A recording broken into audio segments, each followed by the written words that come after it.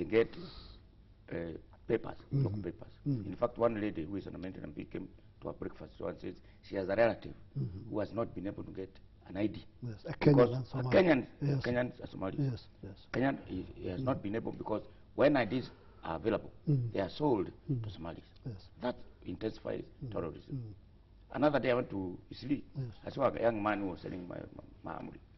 And he told me he could not even speak English, was why. But he told me and come from Somalia the previous day. That's right. Now, what is your view about this business? You are very correct. We are all very, very much unhappy about the way our IDs are being issued. Kenya Somalis cannot access very easily IDs because they don't part with their money. They feel they are Kenyans and they're not going to give out any money. What is happening? There is a cartel going on within the registration, and this one I can swear it is happening because I have witnessed it. What happens is when somebody's photograph is taken and the forms are filled in the rural area, they all come to Nairobi.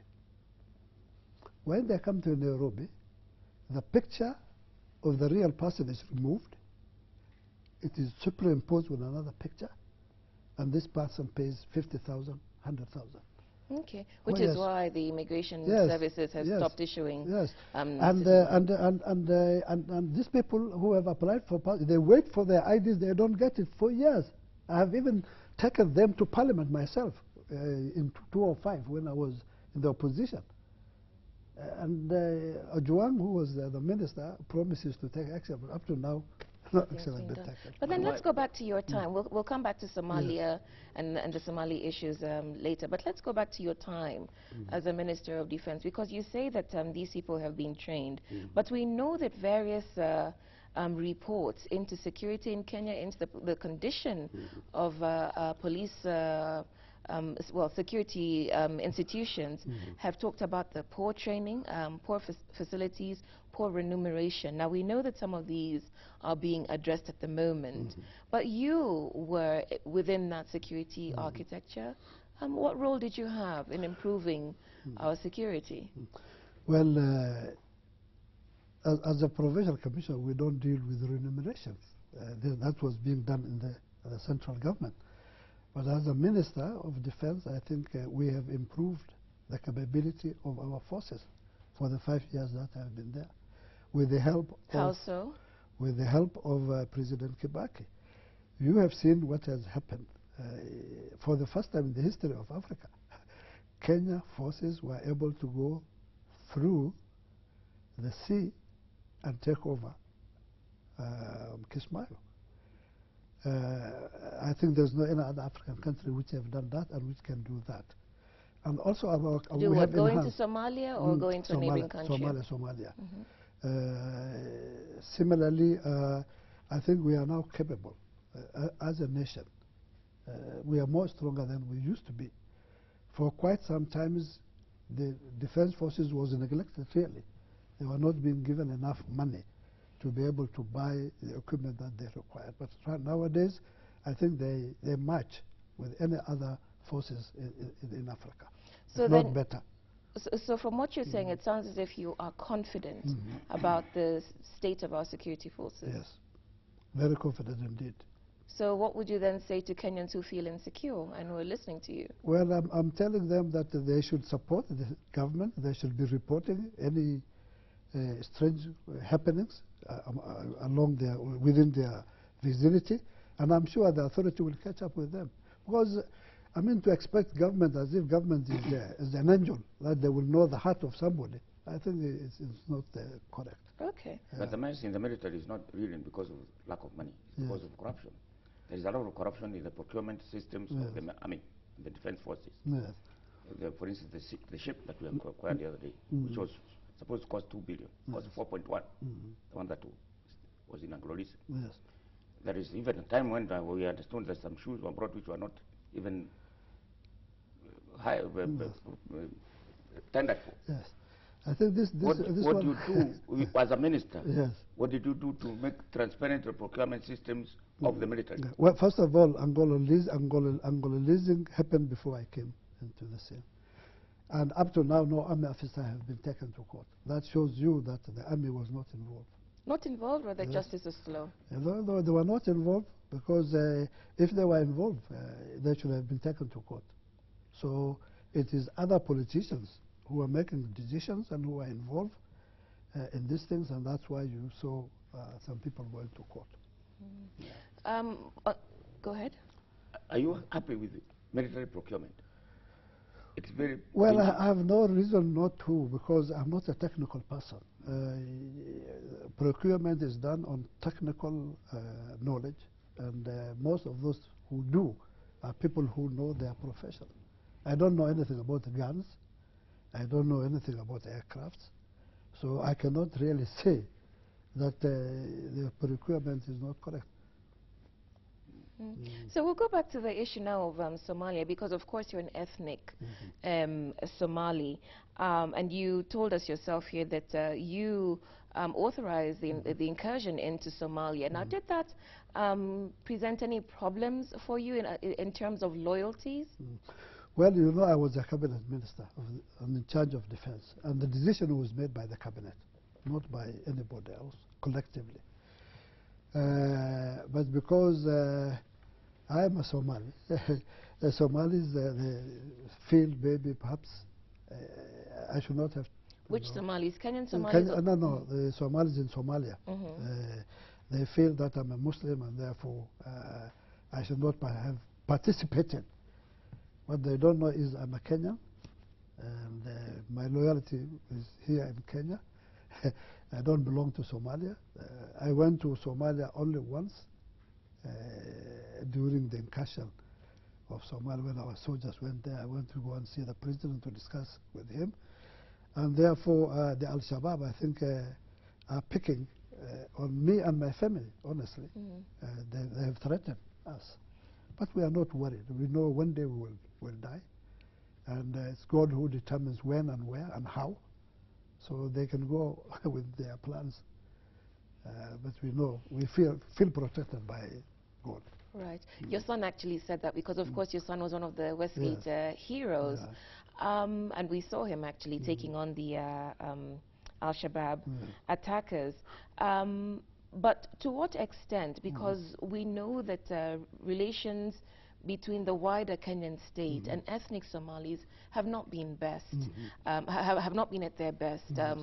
We've seen evidence of that over the years. In fact, Al Jazeera had a documentary by Mohammed Ado talking about this identity issues. To what extent do you think this fuels the insecurity that Kenya is being subjected to at the moment? Well, you're talking about Somalia, or? No, I'm talking about Kenya now. Kenyan Somalis and the issues of identity and marginalization of the northeastern, the former northeastern. I think we have to go back to history. You remember before independence, once again, the Somalis felt that being Muslims, they would not get justice if they were in Kenya. And there was a referendum which was done. 80% wanted to go. I'm proud to say my father, the late father, my father Yusuf Hajji, people call me Yusuf Hajji, was the president of a party called Northern Frontier Democratic Party. And he was among 16 elders, led by him, who said we will not succeed from Kenya, we'll remain in Kenya. We want to be educated so that we can, take part. And he became the president of the regional assembly. When the Somalis boycotted, people in northeastern boycotted, it is his party which took all the seats. He went for election, all the regional assembly members, all members of parliament. My own brother was a senator, and I'm today a senator. After that, I think we have been integrated as Kenyans. And we are in every position. We don't have people there don't feel really they are treated differently from their own brothers in Kenya. But development-wise, yes, we've been marginalized, and that is a fact. Right. I mean, you're quite right, because we do have prominent members of your community, in prominent positions. Yourself, the cabinet secretary for foreign affairs, but those who do not have the access and the privilege that you have enjoyed, because if your father was a politician, your brother was a politician, then to some extent you're a member of the elite. Now, what about the ordinary Somalis in those areas who don't have access to the we are not that you've had?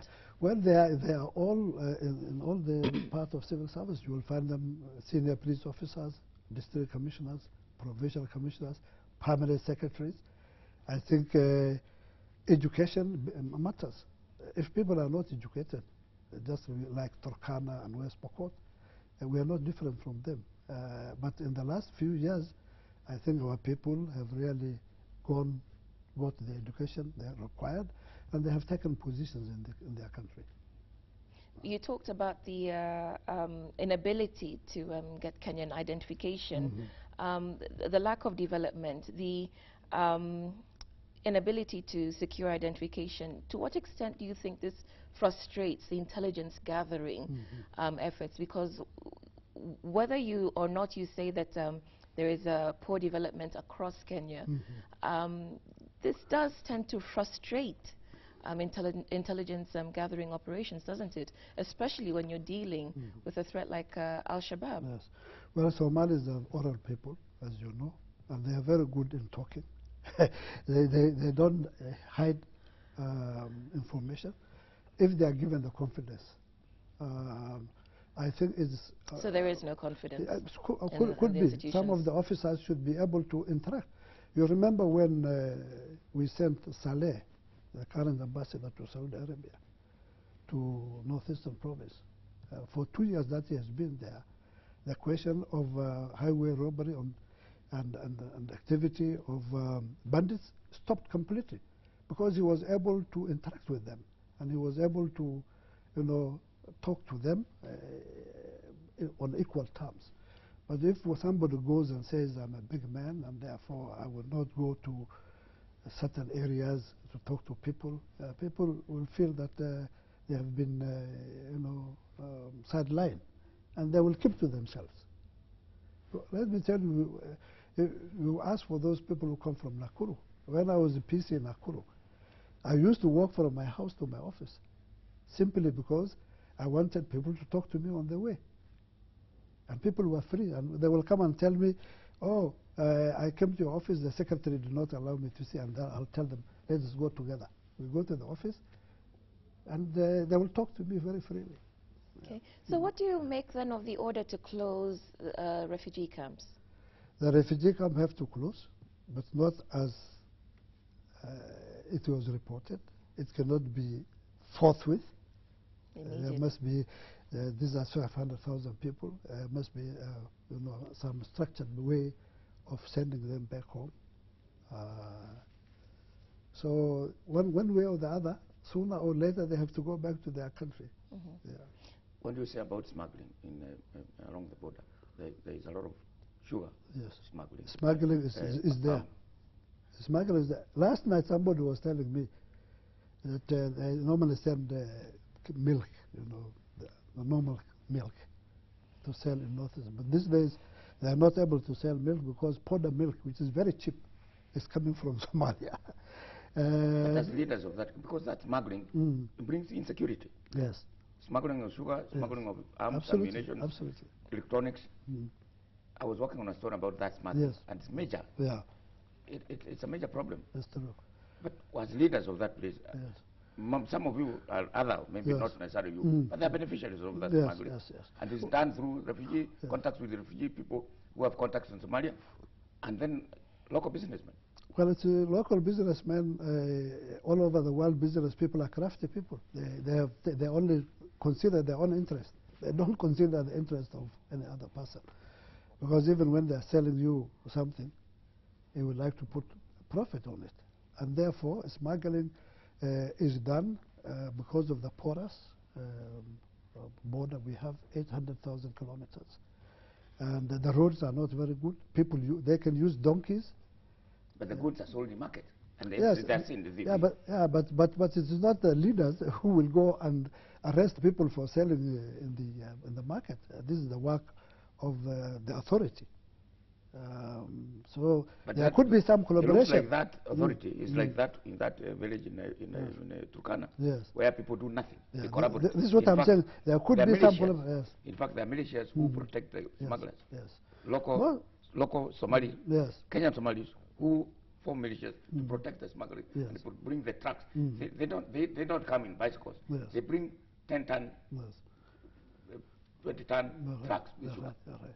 I think you should call. I think you should call the Minister for Internal Security and the police and ask them that. But you are leader from there. I'm a leader, but I don't police the area.